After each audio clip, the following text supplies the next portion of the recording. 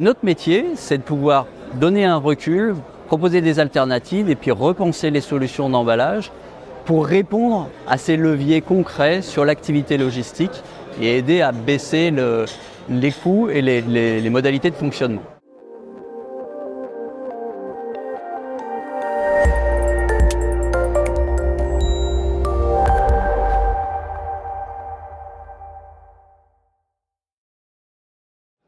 Alors avant de parler des solutions, en fait, j'ai déjà parlé de nos clients. Et c'est en fait ce qui est important dans le domaine de l'activité de l'emballage logistique de Nefab, qui est celle de reconcevoir des solutions d'emballage logistique, c'est avant tout d'adresser les problématiques de nos clients.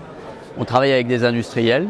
sur des biens d'équipement, dans l'énergie, dans le télécom, le datacom, le médical, l'aérospace, qui sont tous des clients qui ont besoin de faire expédier du matériel sur des flux multimodales,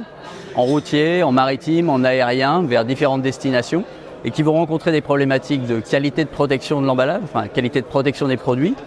d'optimisation des transports en termes de chargement sur les planchers, dans les containers maritimes, de diminution de la tare sur du fret aérien, sur des applications d'emballage logistique. Et notre métier, c'est de pouvoir donner un recul, proposer des alternatives et puis repenser les solutions d'emballage pour répondre à ces leviers concrets sur l'activité logistique et aider à baisser les coûts et les modalités de fonctionnement.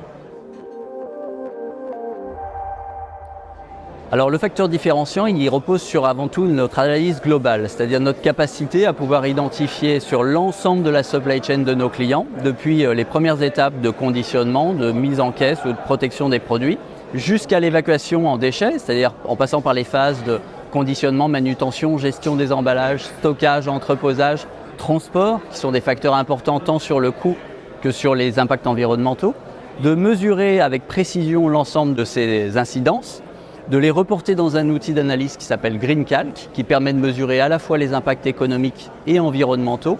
Et donc ça donne à nos clients à la fois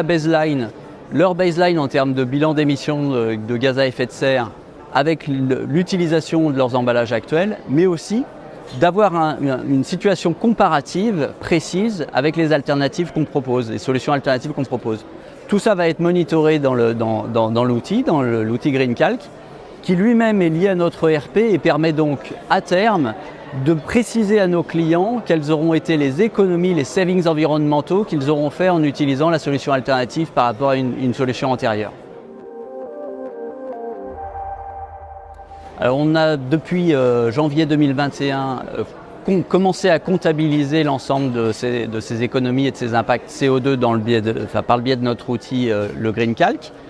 On sent une prise en main du marché, une prise de conscience du marché sur ces sujets avec vraiment une accélération des demandes et puis du ressenti de volonté d'accélérer et d'être efficient dans ces sujets. On a depuis début 2021 commencé à recenser et à travailler sur plus de 3000 projets, de 3000 alternatives qui sont recensées dans le bilan carbone de GreenCalc. Ça nous donne aujourd'hui une échelle et puis un scale d'à peu près de 800 000 tonnes de CO2 économisées. On s'est donné pour objectif d'atteindre les 10 millions de tonnes d'économies de CO2 à l'échelle de 2030.